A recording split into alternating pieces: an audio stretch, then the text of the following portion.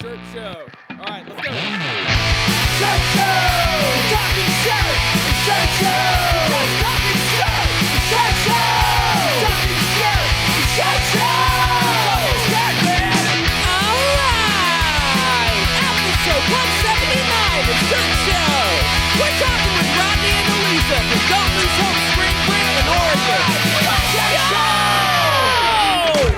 Hey, lady. Hi, how are you? So we are recording me and you today because our buddy Andy is, obviously everybody knows from the show that Andy has had a bad back and back issues. I'm sure we've mentioned it enough times. So he got a back transplant, right? He got a full back transplant with mechanical legs. He's going to look like the guy from Wild Wild West with the spider legs. That'll be cool. That'll be good for him. He'll probably be better at printing. He's in the process of recovering right now. So we are going to do a show or two until he's ready. Sounds good. So how's things with you? What's new?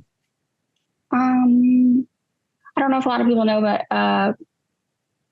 it's been about a month. About a month ago, I started working for our friend Stephen Farrig at Campus Inc. Working in the e-com and the ops world, just trying to help athletes get paid what they deserve, I guess. Mm-hmm. So you've been doing a lot of stuff as far as setting up stores for them, or? Yep, online stores, a lot with Shopify.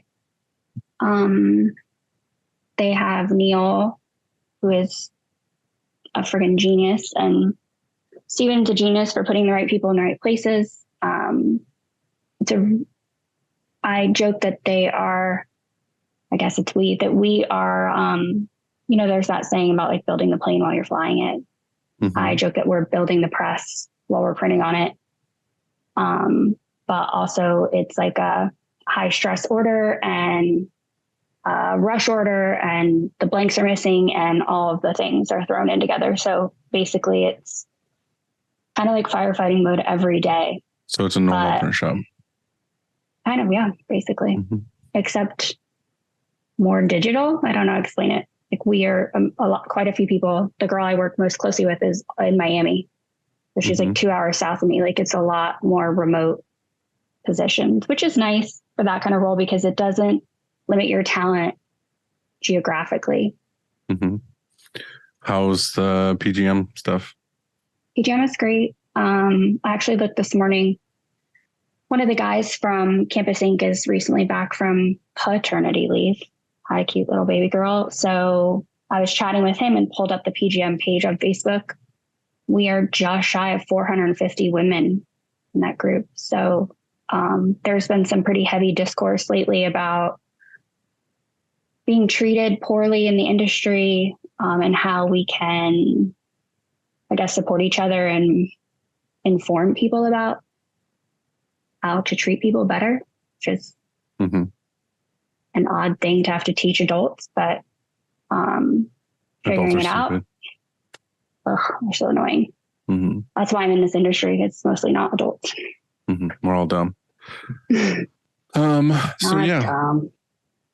Well, I'm glad you're here. I don't think Andy would want anybody else other than you. So for all those that might want no one else. He just wants you to be solo. He doesn't want you cheating on him. Christina's been behind the scenes with Chad for a long time doing booking and tech checks. So she gets to talk to all the guests before we do. So figured that who else than you to kick it off with me.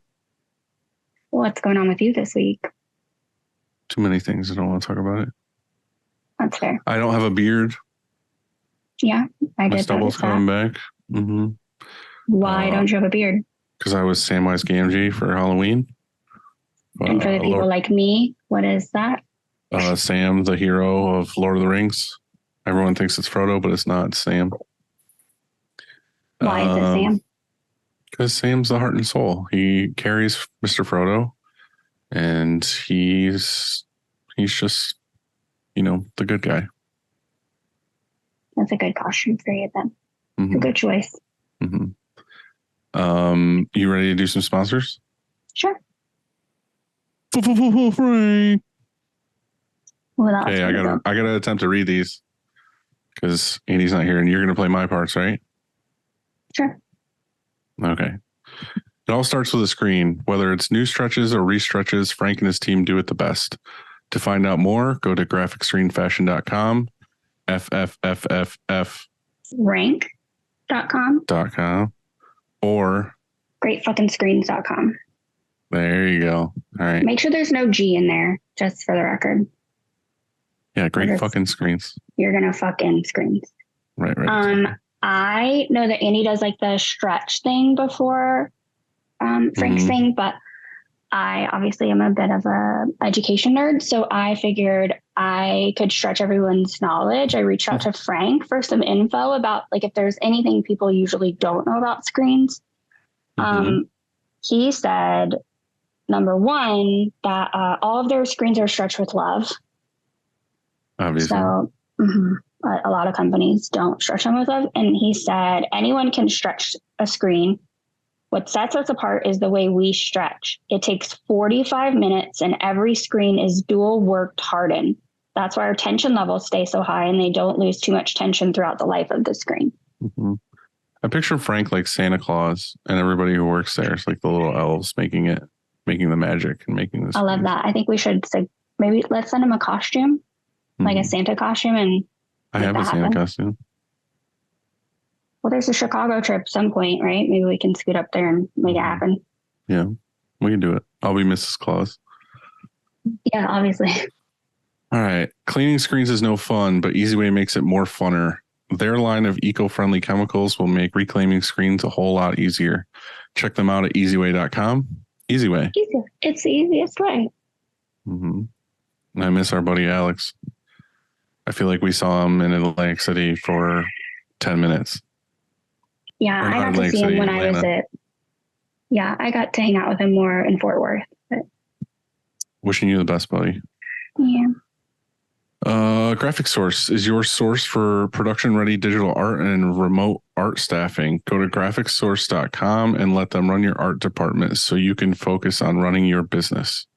Or go to 1-900hotstuff.com. Yeah, that's a good idea. We have Graphic Source. Actually, because we heard them on the show. I was kind of hoping you were just going to end it right there. Sorry. We have Graphic Source.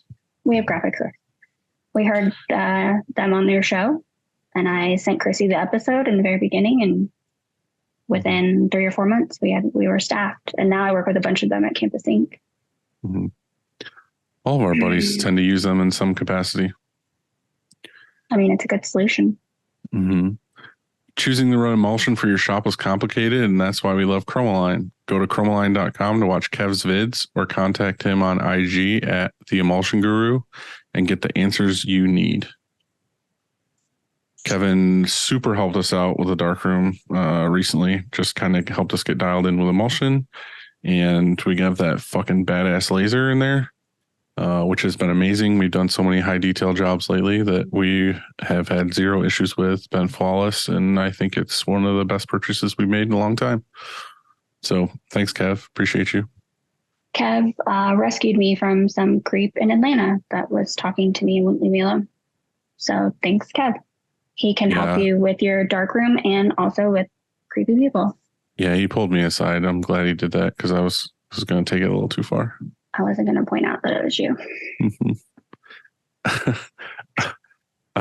If you're not using DTF or screen print transfers in your shop, you're doing it wrong. We have partnered with Howard Custom Transfers to get you the transfers you need fast. Check them out at howardct.com. We've been ordering a fuckload of tags from Howard. It's been pretty amazing because we get them, we have a drive with them basically where we put in what we need. We say, this tag, this size, the like parentheses, how many we need. And Candy gets them all ordered and they come all cut and bagged, ready to go.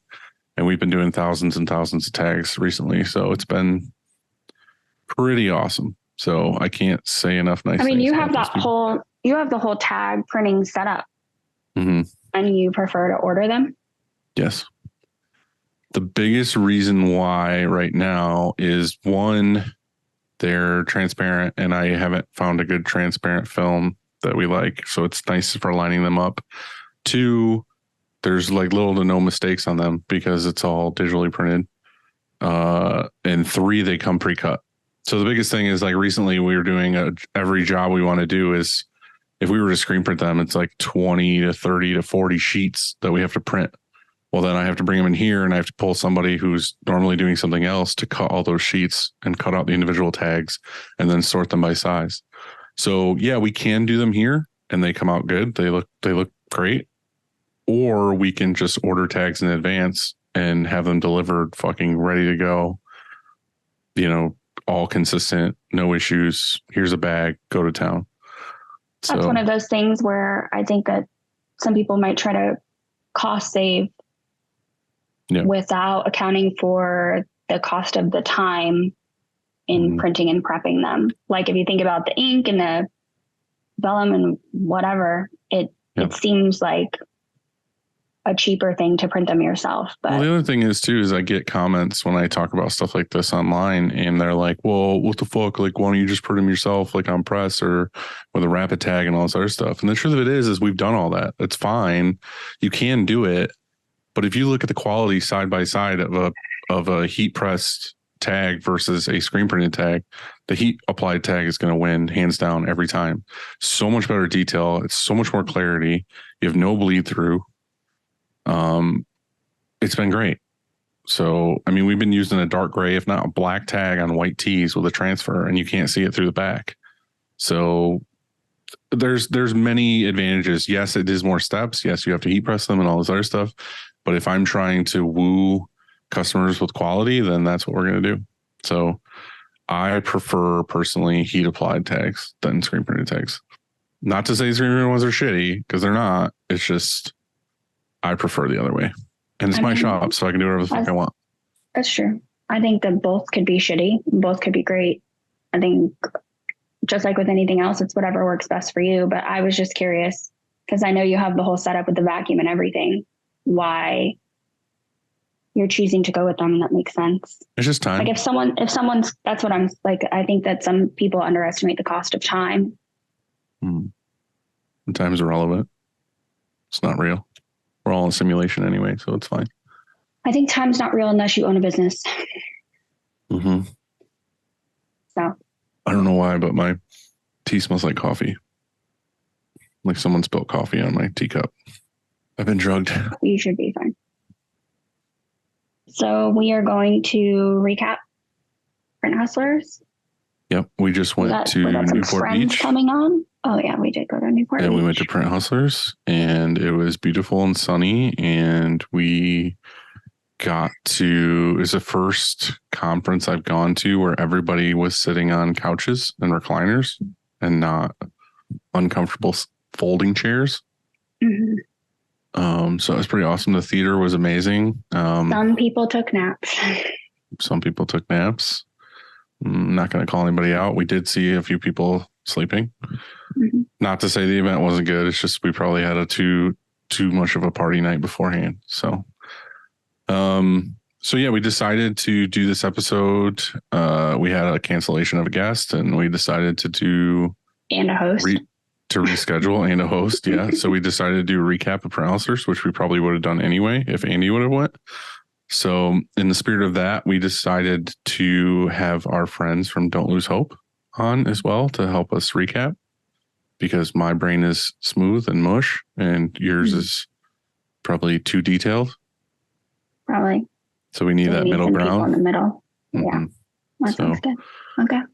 Rod Snow's iPhone. The fuck is that? That's his drug dealer name. Rod Snow. That's his porno name. What's up? I just want to know, is Rod Snow your porno name or your mustache's name? Because I'm a bastard. Does this work?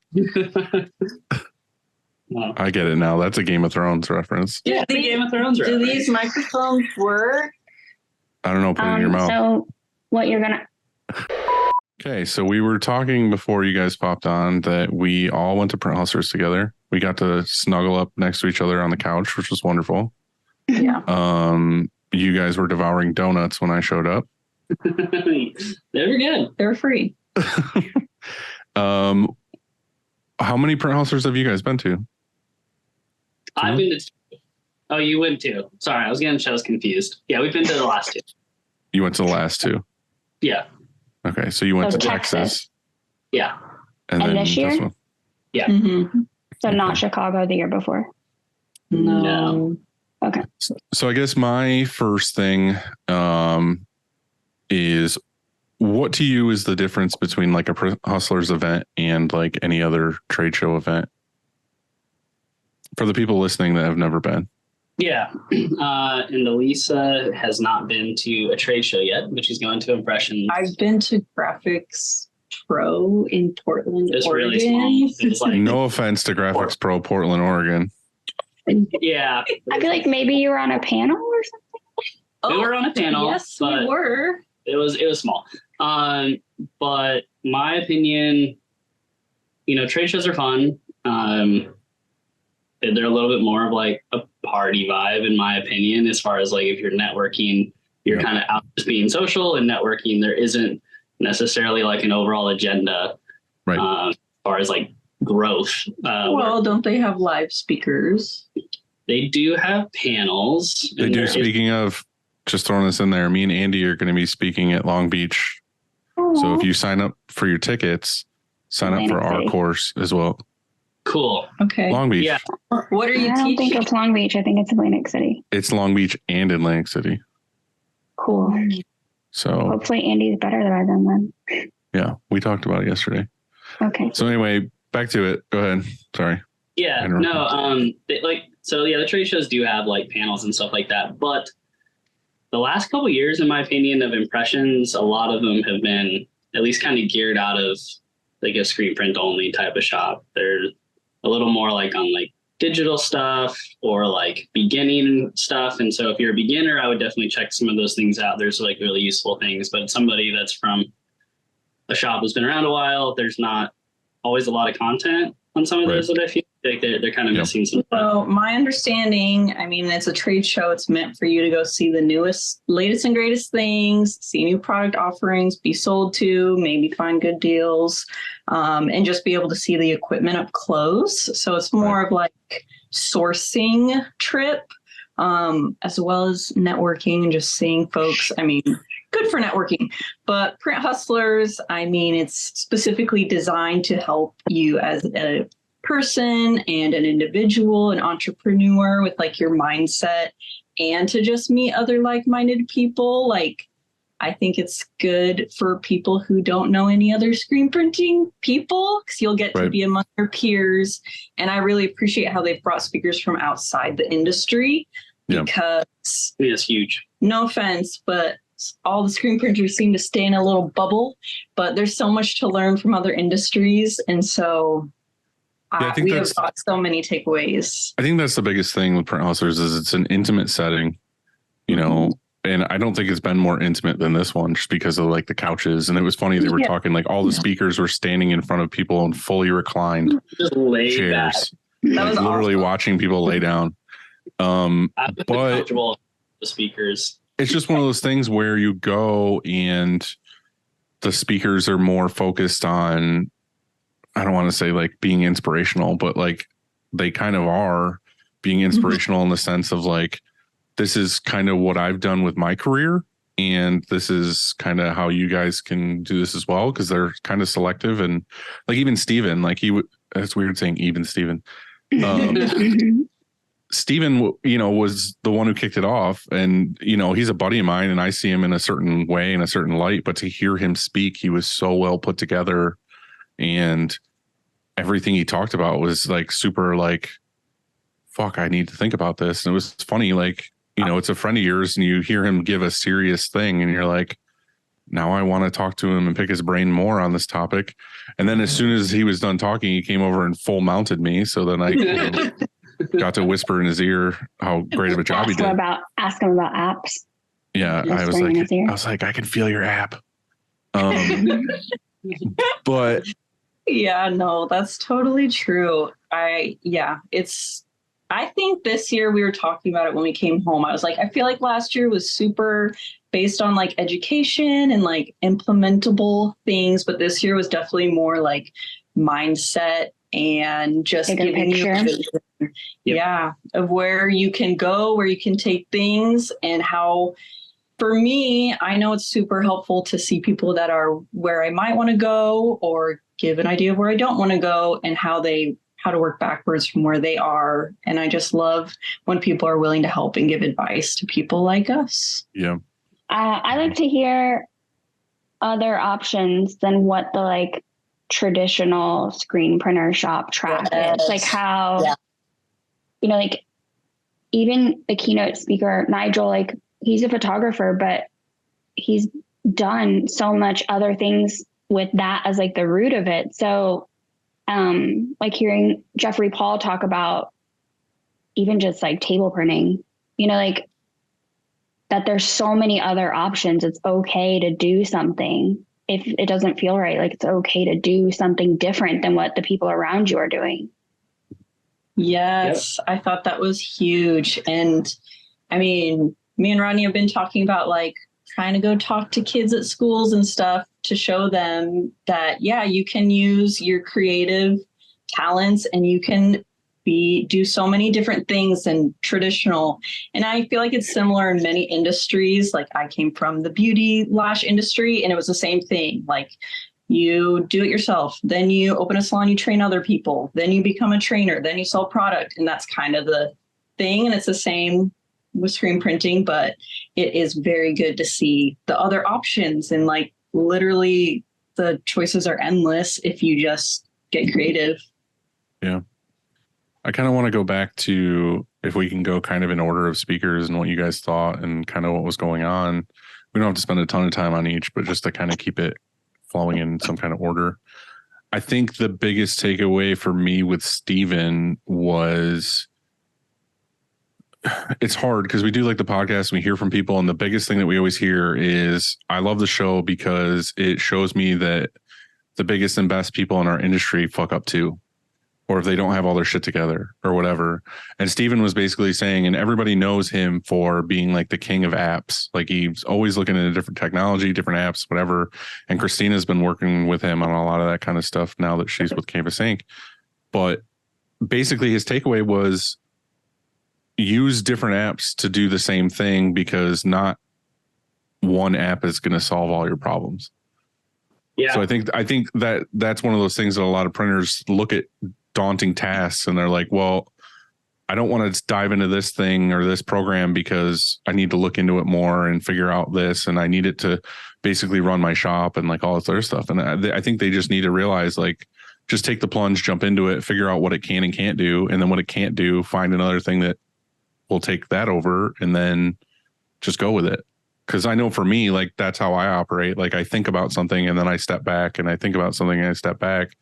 And then it takes me a year to be like, oh, I guess I'll try it, when I probably should have just jumped into it and then, found out its shortcomings and then found something that could help me replace it. So yeah, I'm the same way. And Elisa's more like Steven. And we've been like kind of butting heads like a little bit like before Print Hustlers about some of those like implementations. Like we've, as far as like, we use like Trello for like organization, but now we've tried like 5 other versions of Trello like in the last 2 months. And I'm like having like a panic attack, like in my head. I'm like, I can't handle this. But like the fact of the matter is like now we've landed on one that is better. So it took a little bit of time, but like just doing it was way well, you don't know until you try. Like there's literally no, like I'm all trial and error. I'm like, this looks good. I'm going to go full force and try it. Have I wasted money? Yeah. Have I wasted time? Yeah. But then I feel like secure knowing that wasn't a good path. Right. You know what and not I to know do. what to look for and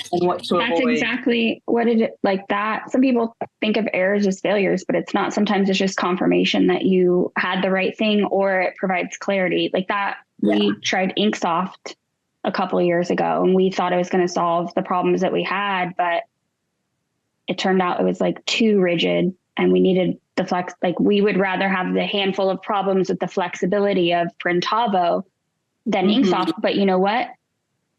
Honestly, everyone in our shop, it cut the bitching about Printavo quite a bit because we did Inksoft for like 3 weeks or a month and they were losing their minds and they were like, can we please even, I mean, I knew after the first week and a half, like this isn't going to work for us. And they haven't complained much about Printavo since. So yeah, I feel like that's such a good life motto. It's like, if you don't have anything to compare it to, it can seem crappy. And then if you try something else, you're like, okay, it's not that bad. Yeah.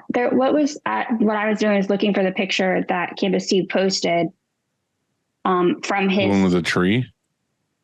No, I did love that one. No, that came from that was hilarious. That came from Alan, didn't it? I sent a screenshot to him, but yeah, Alan sent it to our text group. He had that quote from Reid Hoffman, who founded LinkedIn, that if you're not embarrassed by the first version of your product, you've launched too late. Right. Yeah. Yep.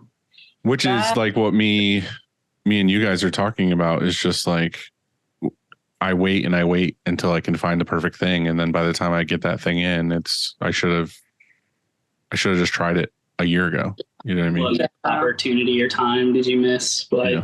It's never going to be perfect. Yeah. Any other takeaways from Steven? The thing that I took away from Steven was just rolling out those types of things with a little more intention. I think I've done kind of a bad job at that in the past, where like, okay, we're going to try this new thing or this new program or this new tracker. And I give it to my production manager. I'm like, here you guys go, figure it out. Tell me if it works or not. But Steven was mentioning like rolling out with intent. So like, okay, if you're going to do that, like have the SOPs already written down and have it documented, or have a Loom video that explains that process. So that there's some type of support there. So you're not just like figure it out, and then in like 3 weeks when they haven't touched it because they couldn't figure it out and you're mad at them, you set them up for failure essentially. So giving them those tools to be successful with what you're trying to roll out and implement, that was kind of a turning point in my mind when I was listening to that. And you also are like, hey, figure this out and continue to do all of your regular job. Yeah. It's like exactly. It's like extra credit work. Well, the other thing that I think it was him that was saying too, is like, once you give them a new app or a new whatever, and he said he does it all the time, is he wants them to do it, them to play with it, because what he wants is for that light bulb to go off for them of like, oh, this could be useful. Like if he just comes in and is like, hey, fuckface, use this, they're just gonna be like, well, fuck, now it's another thing I got to do. This app sucks, whatever. Correct. But if you let them play with it and realize like, oh, this is actually helpful, then they're invested and they want to make it work. So I think that was really good. And he's also very open to, like I personally know, I had some repetitive things that I do in my position, and I found 2 different extensions for Chrome that I can use that reduce that. It's between 10 and 15 seconds per thing. And when he was talking about, we have 20 athletes and they each have 13 products, like 15 seconds over each one of those products is crazy. But it saves me a huge amount of time. It's like 3.5 minutes. I did the math in my head. Good job. Well, then that's just one phase. I'm doing like probably hundreds of athletes a day. So, but also that can be used by Neil. Maybe like I met with him and showed it to him, but they're very open. They're not like, nope, this is how we do it. This is the way it's been done. Like they're very open to like anything we bring to them. Like the second I'm like, hey, I found this app and it's saving me like 10 to 15 seconds. He's like, share it with the team. Send it now. Share it with the team.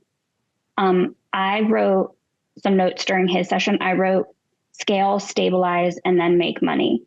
So like if you are growing, the takeaway I had was not to get discouraged if you're not making money. Like you first have to stabilize before you're going to see the ROI, like fiscally. I'm sure you'll see it in other ways. But the other thing I really liked was that story he told about Kodak. Kodak, he said, invented the digital camera, and they were too worried about what it would do losing film to their film business that they shelved it And then that patent lapsed and everybody made digital cameras, and then their film business, like all they did was just buy themselves. Like, it's not like they used that time to innovate and come up with other things. Like, they just ran their business as is. And it's like when Blockbuster passed up on Netflix. Yeah.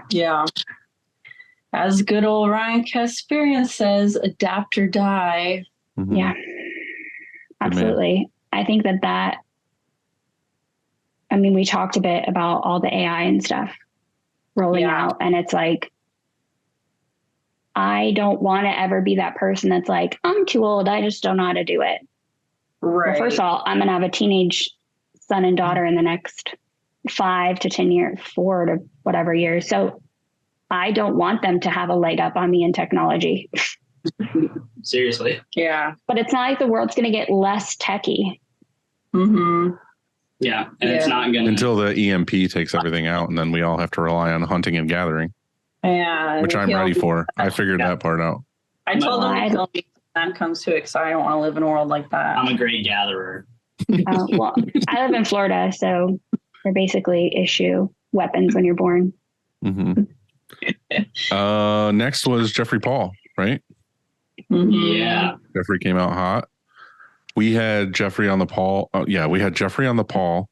We had Jeffrey Paul on the show before, and hearing his whole story, which was kind of like the intro to his talk.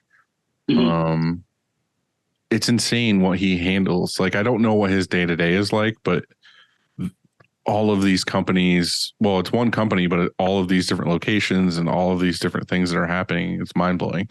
Like, he comes up and you think like, oh, this dude works for some shop, but it's like, it's not. It's like crazy billions of dollar company, and thousands of people and fucking all this crazy shit. So many moving parts.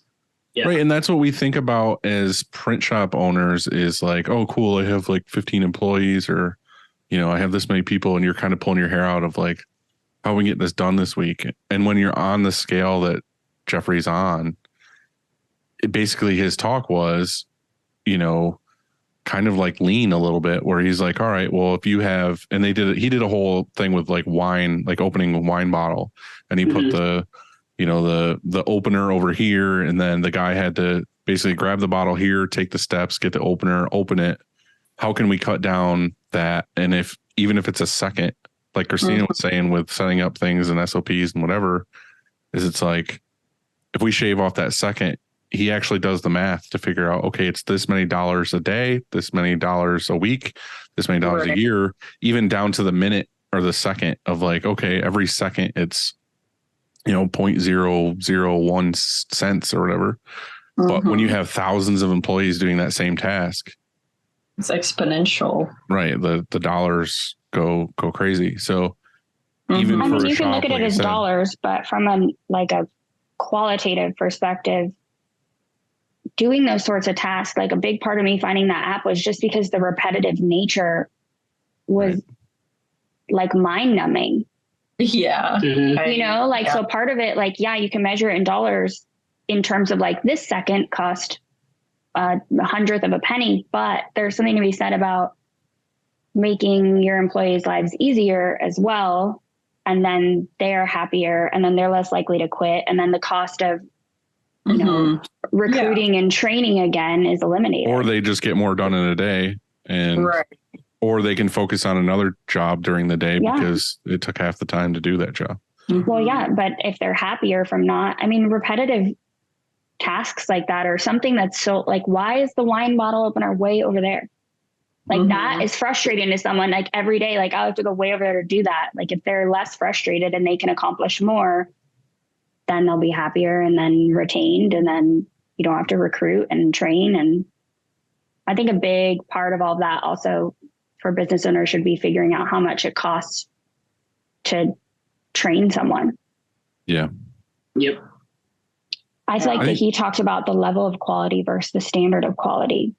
That was a very good, it's all about how you frame things. And so that was really that was a good point. And he had a good point where he's like, if you say, this level of quality is okay for this client versus this client, your printer's going to be like, well, why was it okay for them, but they deserve a higher quality? That's not really a good look.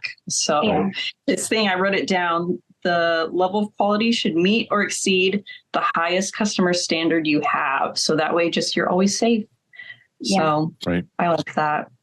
And it's the thing too, like he said, which resonated a lot with me in that same regard, is I might have the shop come out, you know, they come to my office with a test print and they're like, I don't know what to do about this. It's slightly out of registration, or, you know, this color doesn't look right, but it's close enough and all this other stuff. And what we should do as an owner right then and there and be like, nope, like take it down, or let's redo the screen, or let's do the ink. But a lot of the time, I would say like 75% of the time, I look at it and I'm looking at them and you can tell they're like, come on, we just got to get this fucking job done. And I'm sitting there like, all right, looks good. You know what I mean? Like, there's fuck it, run it kind of thing. Not that we do that, but I'm just saying like, there are times where you just want to say, fuck it, run it. When in reality, you should take it down, or you should remix that ink, or you should, you know, redo the screen or something to make sure that, you know, the problem is fixed and the whole job's going to go good. And ever since I kind of implemented Bill into like production manager status, like it's been a huge weight off my shoulders because he does that. You know what I mean? He's not just like, okay, fuck it, run it. He's like, he makes a decision before I even have to, of like, I know this is how we should do it because these are our quality standards and this is what we should do. And that to me is just like, it's like, oh, like hallelujah moment of like, fuck yeah, I don't have to do that or make that call. Like the guy running the shop is doing it without me. So yeah, I think that was huge that he said that, kind of like, just do it. You know what? Fuck it. You need to make that call. Another thing, kind of like what Christina was saying though, about the wine bottle opener being off to the side, me and Josh from In the Zone were talking about this after his talk in one of the breaks of, we were talking about reclaim. And I was like, yeah, you know, I had a guy run in reclaim and darkroom for X amount of time. And then that guy actually left. He got another job or whatever happened. And then I personally went out to the darkroom and I burned screens for a month or two and I cleaned and did all this other stuff. And then me, the owner, being out there, you're like, why the fuck are we doing it this way? Like, why is this here? Why are we using this old piece of shit thing here? And then I come out and instantly like change that whole area. And I'm like, oh, well, I'll invest money into this thing and get this better. And it was the same for him. He's like, this was broken and like they were just dealing with it. And like this was happening. It's kind of like, you notice those things of, oh, I had to turn around 35 times to do this one task. Why is this tool not here? So I don't have to turn around at all. Right. Jeffrey did say to pay employees to come up with suggestions. Yeah, that's true. So I want to do that. He was saying more like a gift card or something like, hey, we have an incentive, like come to me with an idea to fix something. And then I will gladly pay that fee because it's gonna make me more money, basically.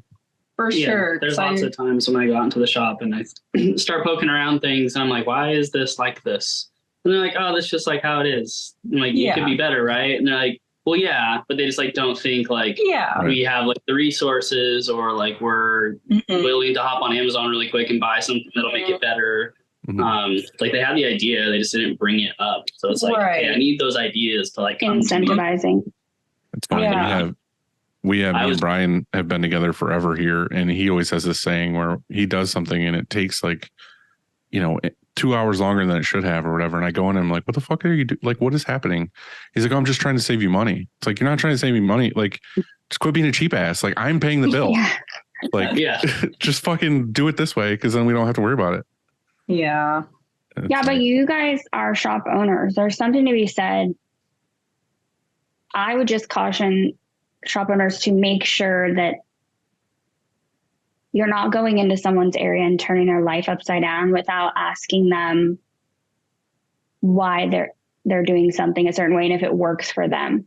Like there's a difference between making their life easier and solving a problem they have or making them feel like the way they're doing it. I respect like my brain just works completely different. So like if you come into my area and you're like, why are you doing like this? I'm like, well, if you force me like this is the way we do it, and my brain doesn't work like that, it ends up taking me longer to do the job. So That's I like the idea of incentivizing them to make their life easier, but just because it seems easier for you doesn't mean, like, there's all sorts of learning styles and different ways to do things, I guess. Like, yeah, Mhm. use it as a coaching opportunity or just an information, Yeah. spitballing back and forth a little bit. Like, hey, like, I see like this is how you're doing it, type of thing. Like, have you thought about this, etc. And just value your people's opinions and how they do things for sure. Mhm. So I think I was out the other day where I was in the dark room, and I'm not out there too often anymore, but I was like walking through and I almost like slipped and like broke my ass because there was like water on the ground, and I was like, Did you get okay, on like tape? this Got on has video to be somewhere? like all the time. And I was like, okay, so I was like, you guys wanted like another rubber mat out here? And they're like, oh, that would be like really helpful. I'm like, okay, cool. Like, just let me know if there's like a safety issue. Jeez, guys, come on. yeah. Yeah. So I think that's Well- one of those things. Is like the takeaway is, one, try to track your time if you can. Like, Yeah. don't be an asshole about it, but maybe like put pen to paper once in a while and get averages of times it takes to do things. Well, and And it then doesn't see have if to there's be a way like, to improve. it doesn't have to be like seconds like it is like in one of his factories. But I mean, even Right. in like a smaller shop, like getting down to like, what does your hours cost? Right. But it's one of those things too, is like, we always talk about flow of the shop, and it's like, okay, well, why is it every time you start a new job, you walk into the other side of the shop to grab the packing slip or look at the computer? Whereas, why don't you just put a tablet on your press where they can pull up the schedule or pull up the artwork or pull up the work order, so they don't have to make those steps? Yeah. For sure. But then it goes back to what we were saying too, like Christina said, like, I don't want to be the boss and go into somebody's area and just change everything, because I think that's how it should be, because I'm not working there all day Right. long. But I Right. do Yeah. feel like you should kind of like undercover boss it a little bit, where you maybe go work in the dark room Wear a with that wig. dude Yeah. for like a week and be like, all right, let's just do this job together. And then he's like doing stuff and you're like, well, why do you do it that way? And then you and me and whoever, the people that go to these trade shows or go to these events, something clicks of like, oh, Rodney was telling me about his shop, how he does it this way. And then we try that. And then he's like, holy shit, this is way better than what I was doing before. I think there's a Mhm. difference when you're a boss. There's a difference between curiosity and judgmental, like being judgmental. Like, if you're curious about why someone's doing something, the intention feels, I think it's easier to talk to you. Like, if you're like, oh, why are you doing it that way? Versus like, why are you doing it that way? Like the tone of voice, like being intentional about. I usually try to be as sassy as possible. Yeah, that's why only your friends work for you. No, I totally. That's why they keep you in the office all the time. Shut the door. That is true. Who was next? Who was after Jeffrey? Hold on, I had a list going here. I do also love that he is always Jeffrey Paul. I know. There Well, was it's one of those things is he it's looks like a one Jeffrey word. though. Like he doesn't want to. I don't know if he wants to be a Jeff.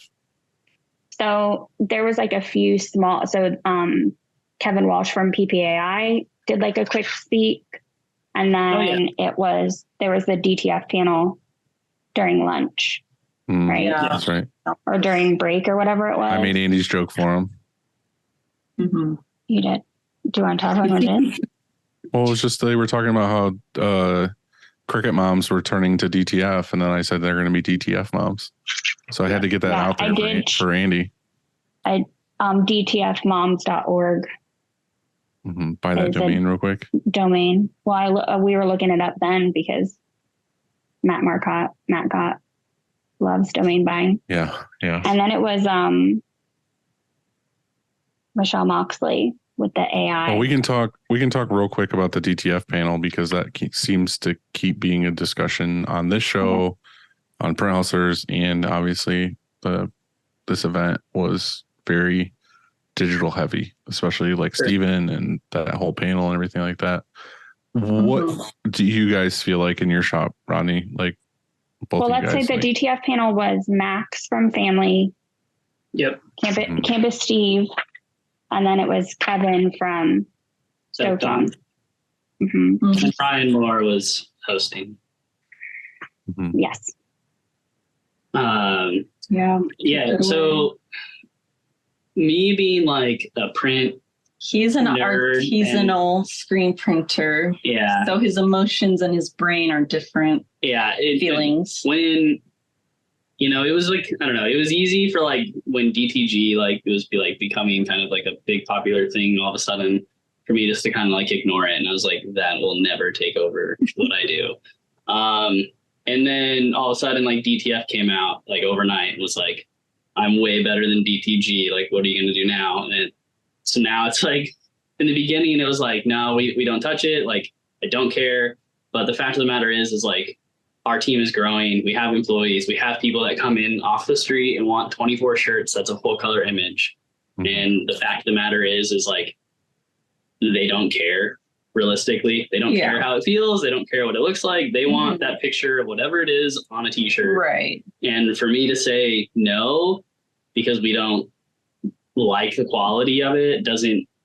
Yeah, it's a different mind frame. I am not an artisanal printer. I need us to make money so we can survive printer. And so the fact of the matter is most people, well, it depends on the client. Some people don't care what you're giving them. They just want the thing on the shirt. And so, hey, transfers work great. If people care about the craft, they want to promote it as it's handmade, like all the traditional methods, then yeah, obviously screen printing is better, but you can't ignore it. And honestly, it gives leverage and advantage. And so I have been trying to push us to use more when it makes sense, but it is a trickier pricing type of thing for us right now because we're not doing it as something often. that like we're still like implementing because we are using it more and more now. But I mean, the reality is like if we don't do it, like there's shops right down the road from us that will do it. So I would rather still build that relationship with the client and earn their future business. But I mean, I can't argue with like DTF like being really helpful on certain types of garments though. Like we just did a giant bag order. It's like 500 pieces, full color image. Yeah, no, for certain material compositions too. And it's a lifesaver. It came out awesome. And the client was like ecstatic. So they just wanted the thing on the thing. Yeah. So for that, it's great. For me, it's not so much like, do we use transfers? For me, what I always like to pick other people's brains about is like, what do you tell the client? Like, so I thought that was interesting because someone did ask Steven, it's like, because it's like, okay, do you be upfront and say this is not screen printing and give them the chance to be like, whoa, whoa, whoa? Or do you not say anything and have it chance them being, this feels different? It's kind of, it's a tricky one, I feel like. I feel like we talked about this on the show before, but I think the truth of it is transfer has a bad name. Like it has like, it's almost like saying you live in a trailer park. You know what I mean? It's kind of like, there's nothing wrong with it. It's just, it's different. And it's kind of got this like thing where people look down on it a little bit. Right. Whereas if you say something like, oh, it's a high quality water-based heat applied product or something, you know what I mean? You're dancing around it, but in reality, it's just a different way of doing things. And we actually added samples to our showroom of like it being on the sheet still, and then how it is printed, and then how it is post-pressed. It just kind of shows that it's different, but it's also too, we say quality versus screen printing versus like a DTF transfer, but in reality is it's like the DTF transfer is quality of what it is. It's just different. Like it feels different. It looks different. Doesn't mean it's like dog shit. It just means that it's different. So if you educate the customer on like, hey, if this is what you want, this is totally cool. We can do it. It's awesome. Like it washes good. DTF, I don't know if you know, but like when you put it on something and stretch it, it stretches really well. And it's kind of like, this isn't dog shit. It's just different. Like, yeah. And the other thing is too, a lot of people that are new to it and don't really know, I guess it depends on the artwork, but if they're just doing a giant rectangle of it, yeah, it's going to feel like shit. A giant rectangle of screen print feels like shit. Yeah, exactly. Like in reality, play with negative space. Like if you can throw in a bunch of negative space in a DTF print, it's going to flow just as much, if not better than a screen print in certain sense. So for sure. I think it's one of those things like that was kind of what they were talking about is like, you know, like Max with family. He's like, dude, we can go do these activations, you know, live events, and we can just bring a bunch of heat presses and do like anything you want.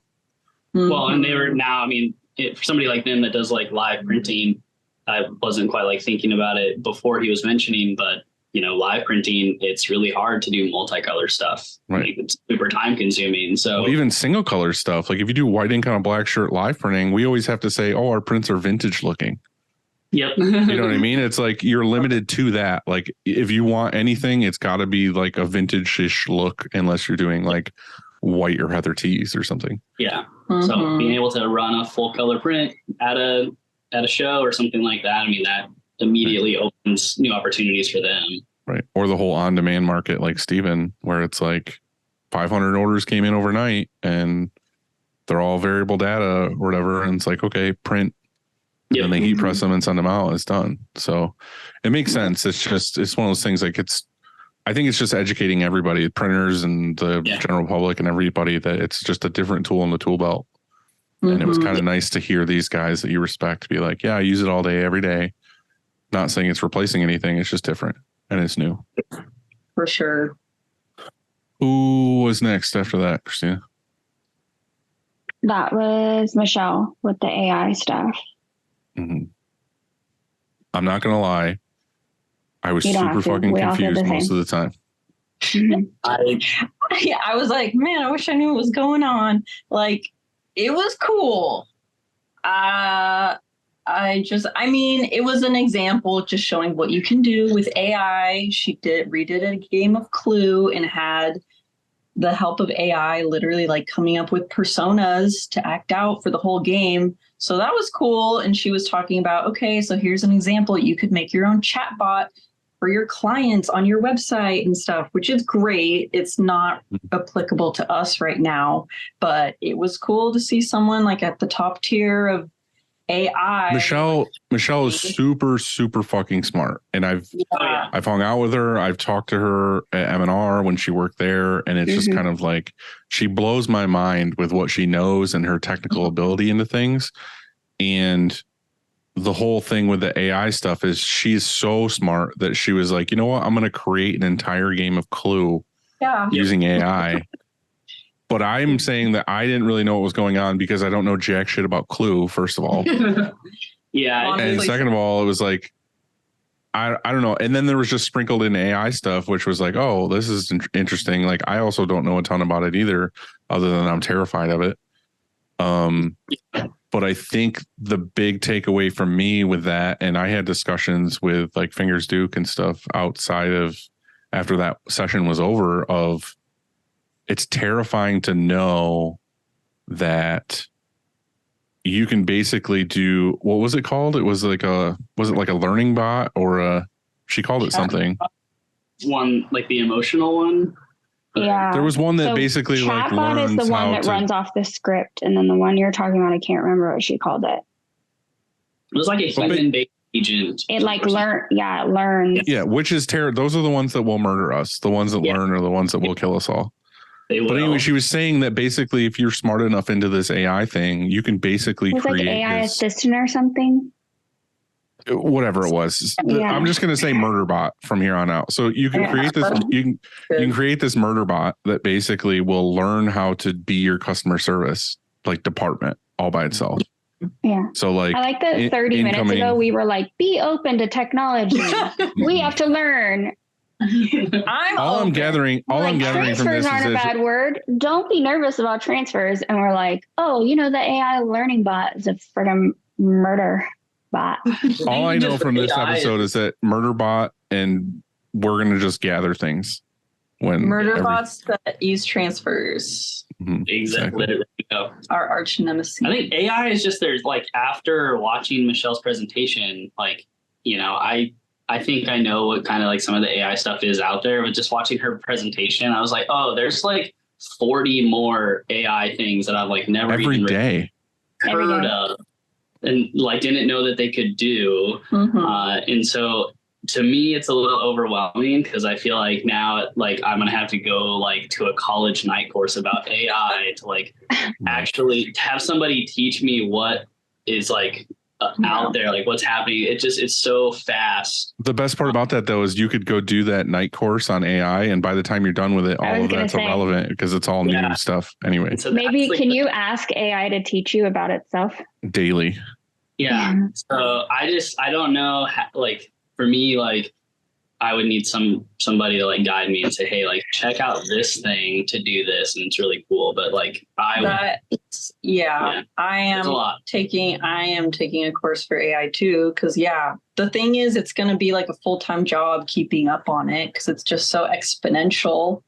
Like the course I signed up and the girl hasn't even launched yet, and she's like, so they just did a huge new release and half the stuff I had in my thing is now out of date, so I need to update it for ChatGPT. For ChatGPT, Midjourney, Dolly. I'm excited about it.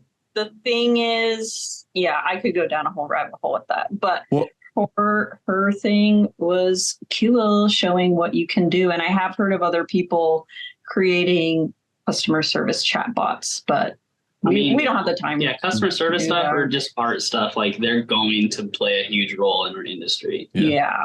Well, it was like me and Ryan Moore, and like I said, the Fingers Duke people, it was kind of like the discussion I was trying to have with them was back to the murder bot is like, basically it could replace your customer service and your incoming customers and quoting and all this other stuff. Like you could potentially have an AI bot that does that all for you.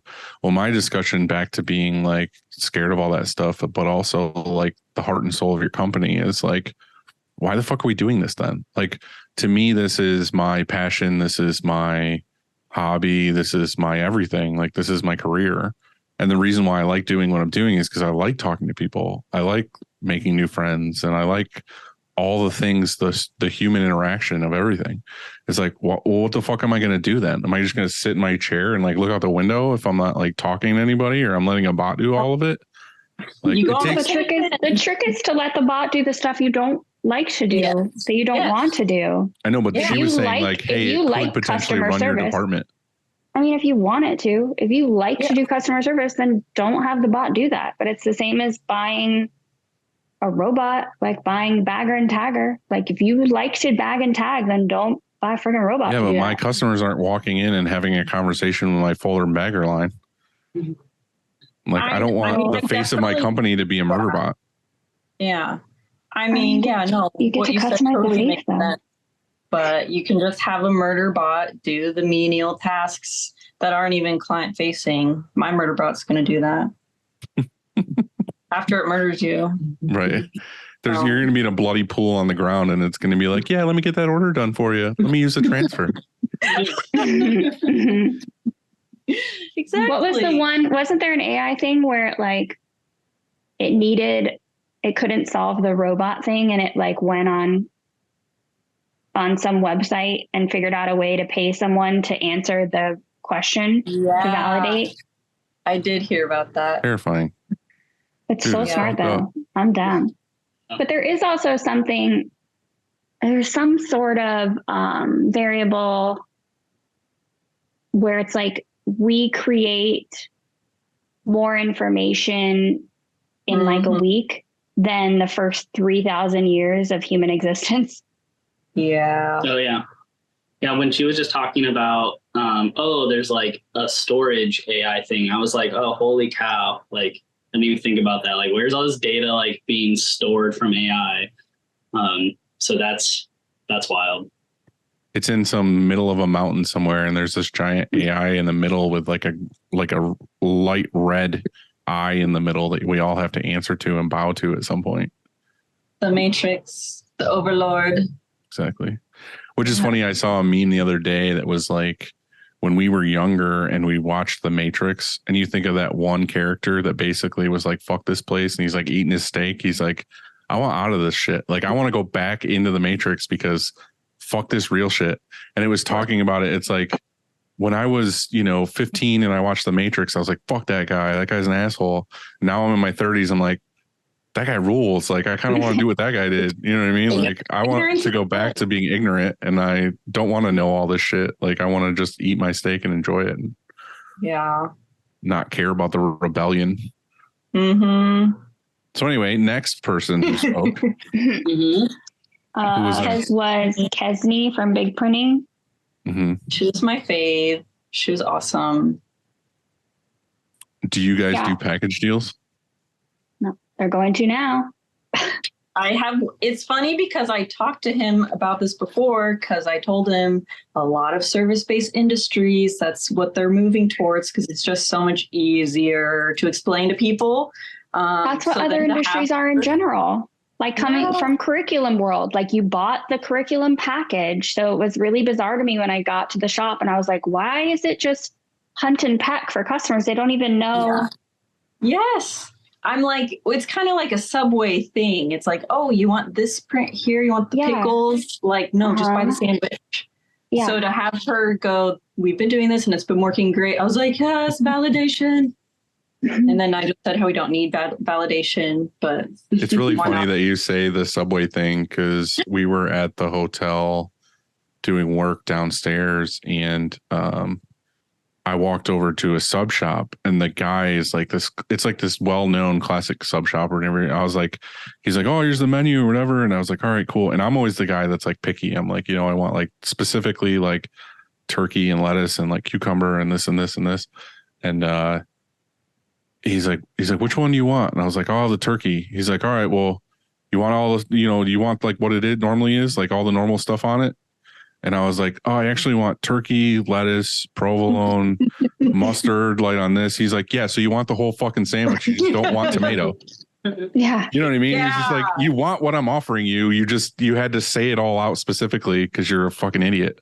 Like, and that's kind of the same thing is like, well, we all know what we're talking about, but basically her whole speech was on package deals of like, instead of offering customers random items and letting them pick and choose, they bundle everything together at a premium and say, okay, you want the 100 shirt pack and it's going to be on a premium tee and we're going to print. This is what it's going to be. Here's the total price. And this, we're just going to, at your doorstep is going to be a finished product with tags and folded and bagged and all this shit. If anyone watches One Talk, hers would be great to watch. They all are, obviously, but literally go back and watch her thing. They'll post it, right?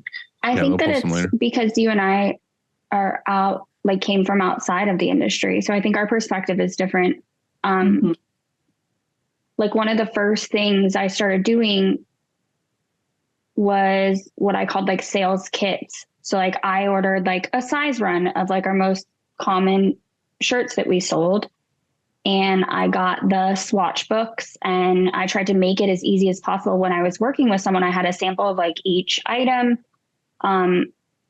Because I also think that a lot of our clients get overwhelmed. Like they put off ordering shirts because they're like, oh, okay, and I got to try to figure out how much or whatever. So like if it's a repeat person, usually what I would do is print their past orders or have them like ready and be like, okay, well, last time this is what you got. And they're like, okay, yeah, I want to do that again, but add 10, like just trying to give them a starting point or somewhere to go. Yes. And I honestly, I guess it's like warm email. Like it's not cold because you already know them, but I would email them and be like, hey, you usually order like every 3 months. I noticed, you're in 4 months. Here was your last order in case you didn't remember what you got or whatever. So I also implemented the levels, like what she said.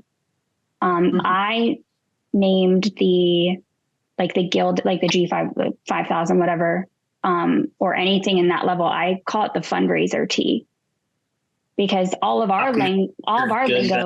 Yeah, like fundraiser tee, a customer knows exactly what it is. They know what they're getting. They know what the purpose is. And then the next level up, I named a standard premium. That way they know it's a nicer shirt, but it's also the expectation now.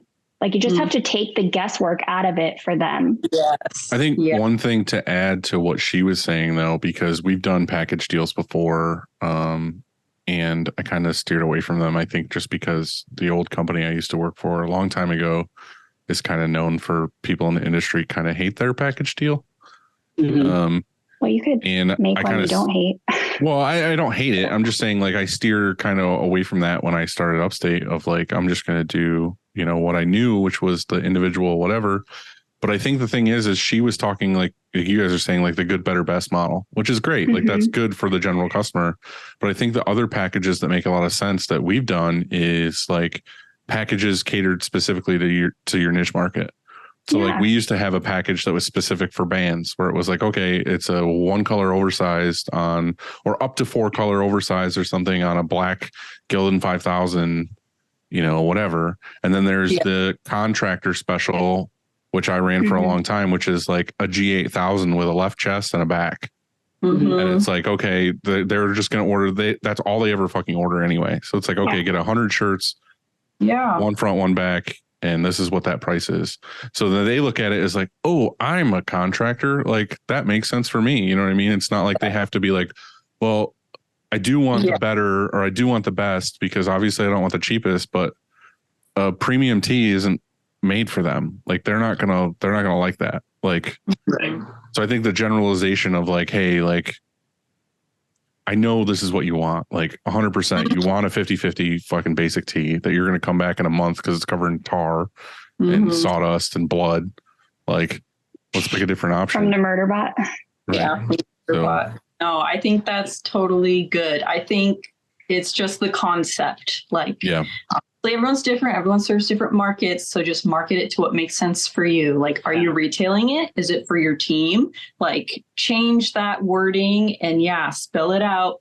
If you're the type of person that does ABC, this is the package for you. And it will just give them confidence, clarity. Right. They'll see the price. It's no surprises. And I was telling him, just great. Because then if they see that, they're like, that looks good. They come to you basically ready to close because they have all the information besides picking what they want on it.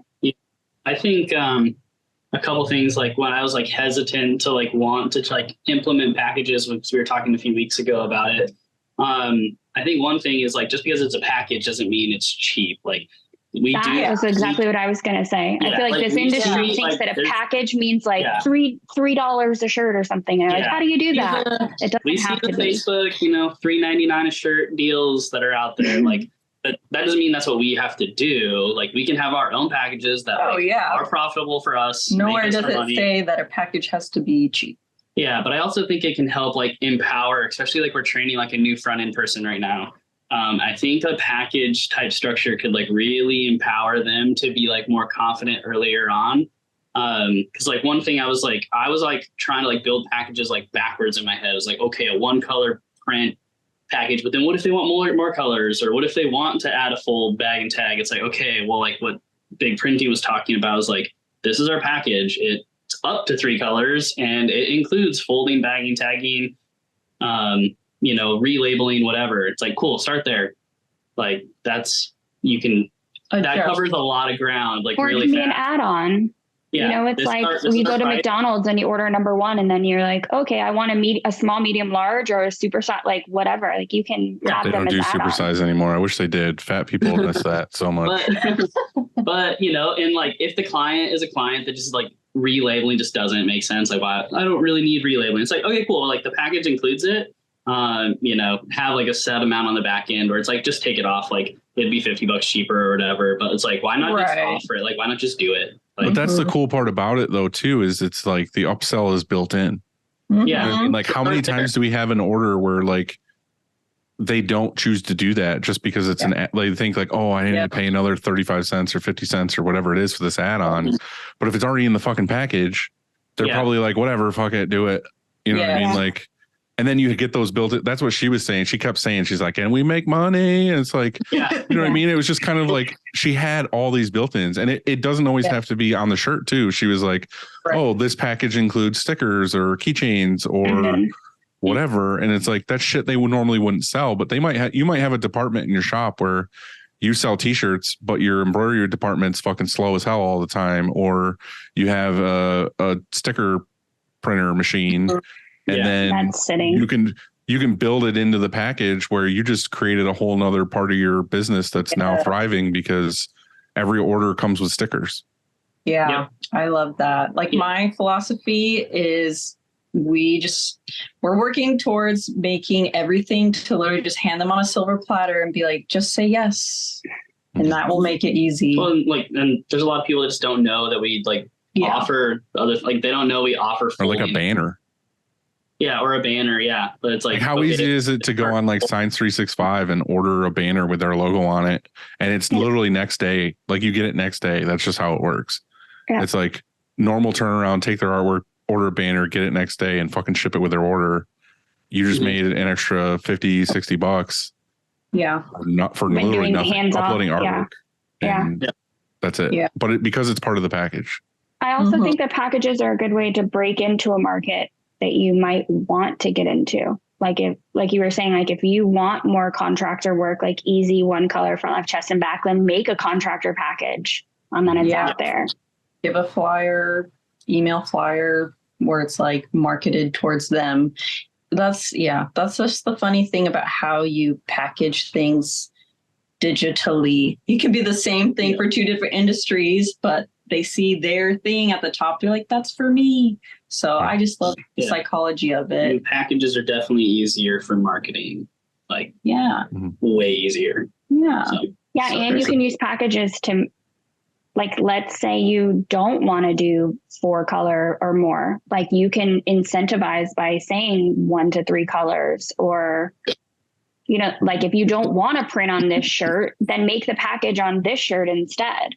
Well, that was part of the that was part of the concept, and I don't. Everyone should know this by now, but like the whole concept behind the special that everyone always talks about is like the one color 100 shirt for $3.99 special or whatever. Back when I was around, it was $3.75. But the thing is it's not, what people don't realize is it's not necessarily meant to be sold as a one color on a G5000 for $3.75. What happens is they come to you because of the special. You get them in the door as a warm lead, and then the very first thing you do is, we could print this on a G5000 that feels like sandpaper, or we could do it on a next level 3600T for 75 cents more. And they're like, okay, well, what does that take me to? You're like, okay, well, now you're at, $450. And they're like, okay, cool, let's do that. And it's like, oh, your logo would actually look really good big on the back, but with like a left chest.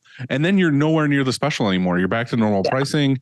They're getting a one color left chest, one color back on next level. And then they just place the order. So the enticing part of the 375 special isn't to be that they're going to come in and get a one color for 375, which happens all the time. But that's also awesome too, because you look at it, you're like, fuck, I can crush this job in 10 minutes on the auto. Like throw in one screen, print it, done.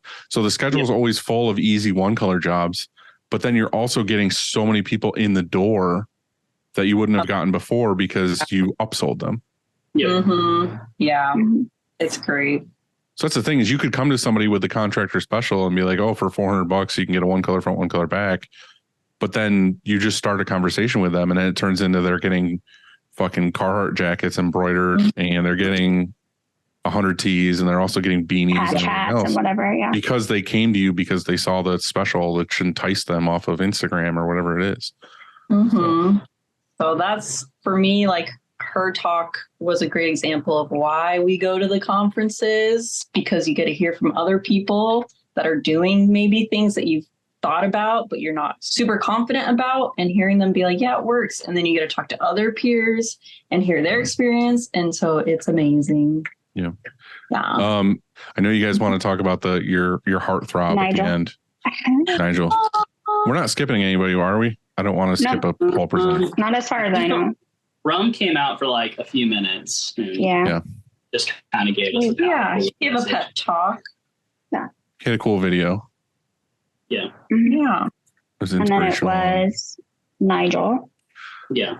So again, real quick, I'm going to let you guys go on this one, but the whole thing with certain people, again, it's awesome having people that come do these conferences that have nothing to do with screen printing.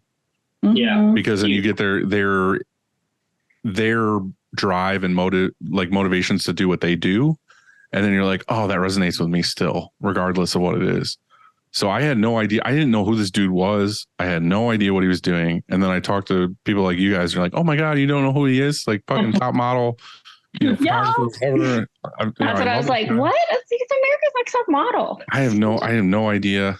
But anyway, I loved his talk. I thought it was awesome. I like my takeaway from the whole thing was just that he was an idea guy, and then he acted on them, whether it was going to work or not. He was just like, I'm going to I'm going to be a model. And then the modeling thing dried up. And then it was like, well, I'm going to take photography because as a model, I learned my surroundings.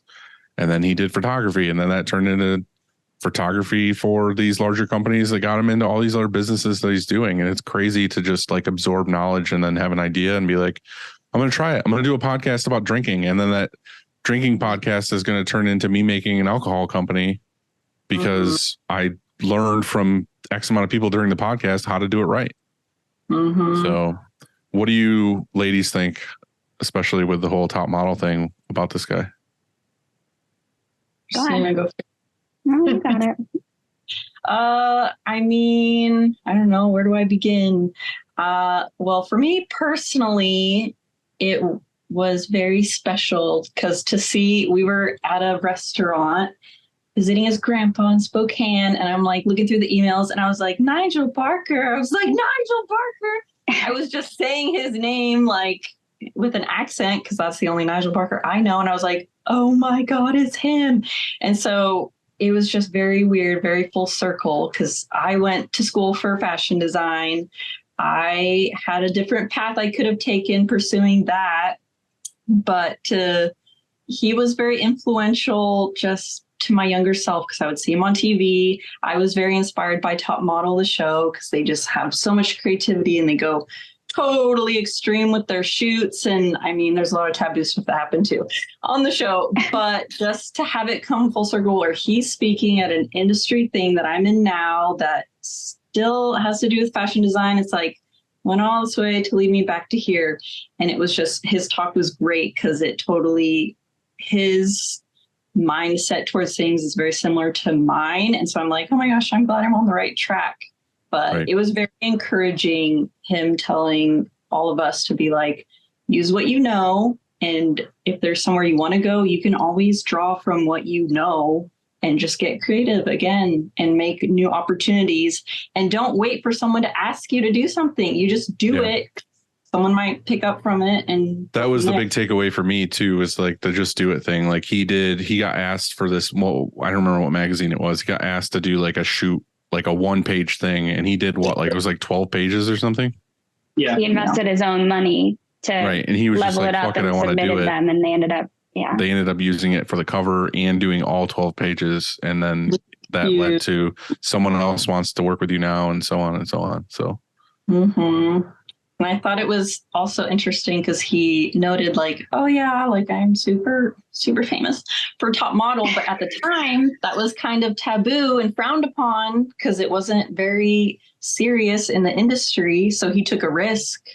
But I think it just goes to show that if you are like really good at what you do and take whatever you're doing seriously, no matter what the avenue you're in, like you can create a name for yourself. Mm-hmm. There's always going to be somebody out there that thinks what you're doing is worth doing. And that's kind of what he went for, and it worked out. Yeah. Like he opened his own doors, like, and, knocked on them and said, hey, hello, like, this is what I can do. And, I'm sure there's a bunch of stuff that didn't come from a lot of his, like, chances that he took, but if you don't take the chances, like, you're not going to get any opportunities. So, like, the other thing was too, is like someone asked, like, how do you get all these, how did all this like luck play in all of this? Like, how did you get all this shit? And he was like, well, you don't realize is like, I just listed like 6 businesses or things that I'm into, but like, that's over 30 years. Yeah. Like I didn't do like, that's what I think is so intimidating to people is like, oh, this guy was on Top Model and this guy was a model and this guy did this company and this company. And it's like, yeah, he just fucking like went from one and then there was a 10-year gap and then he went to the next thing and like, but it was all built on like just like learning things and just going for what he wanted to do. So it makes it more attainable when it's like, okay, I can build to this thing. And I think that's with print shops. That's something that a lot of new people have a hard time swallowing is they look at these shops that have like 6 autos or something and they're like, I have to get there tomorrow. Like I suck if I'm not there yet. And it's like, I've been doing upstate for 15 years and every day I'm like, fuck, I want to get to the next thing or I want to do the next thing or how do I get, excel in this part of the industry or something. And it's like, it never ends. Like you just be happy where you are now. And eventually you'll get to where you want to be if you just work at it every day. Mm-hmm. Yep. So final takeaways before you guys got to leave. Bravo Print Hustlers is worth it. I say so. And they hinted at Print Hustlers for next year already. Rock and Roll Hall of Fame. Yeah, so that's pretty cool. And it's more towards the East Coast for other folks. But I like when they were like, all the ones we've normally done are in like nice big cities or something. And it's like this like vacation-y kind of thing. And they're like, we're going Cleveland. My favorite is that they led with that. They were like, the next one will be at Cleveland. And we were like, what? I instantly and thought then they were like, what was that show? We're fucking Carey. Cleveland Rocks, Drew Carey show. Drew Carey show. Yeah. I'm gonna dress like Mimi. I'm gonna do like sick blue eyeshadow and like make a big giant blonde wig hair. Do it. I don't know, but yeah, we've done 2 years so far, and I'm excited to go to the next one. Like, I'm excited to see what Bruce and the Maid dudes and whatever they come up with. And yeah, it's a really good event if you just want to get motivated and networking and motivation. Yeah, I would recommend going if you are newer to the industry and even if you're very experienced, because I mean, my other philosophy is you can just get inspired. So you never know what's going to trigger like a decision that will change your entire business. Like, we're implementing things now that we learned last year and it's making huge differences. Yeah. And then, every year we meet someone new, someone influential. And plus everyone there is very cool anyway. So you get to make friends. And then like Christina was saying, you build a network and then you're like, hey, I found this hack, or like, I'm having trouble here. And everyone is so helpful. So it's a lot. It brings a lot more value than just what the conference is. Yeah. Right. I think it's also good for people who are getting burnt out. Honestly, like a lot of people are like, I'm getting burnt out. I don't know what to do. And I'm like, take a trip away from the shop to something like Print Hustlers. Get some inspiration, talk to people who are doing things differently. And honestly, put a day or two on that trip too. You're already way out in Newport Beach. Like you're away from the shop will survive a day or two without you. Yeah. Like enjoy where you are. You already did the hard work of getting out there and flying somewhere. Like enjoy, take a break, let the burnout die down, get inspired, get some rest and relaxation, and then go back ready to fucking do it. Yep. Oh, yeah. Precisely. Ready to fuck and do it. Yep. Yeah. Yeah, I tried to say that. And end.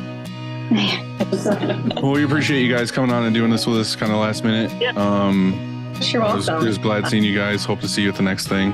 And enjoy the rest of your day and your meetings or wherever the hell you guys are going. Taking over the world. Yeah. We have a meeting with the murder bots. Yep. Scuba diving. Put in a good word with the murder bots for us. Yeah. I will. All right. Thanks. You guys have a good day. Later. Bye. Later, guys. Bye. Bye.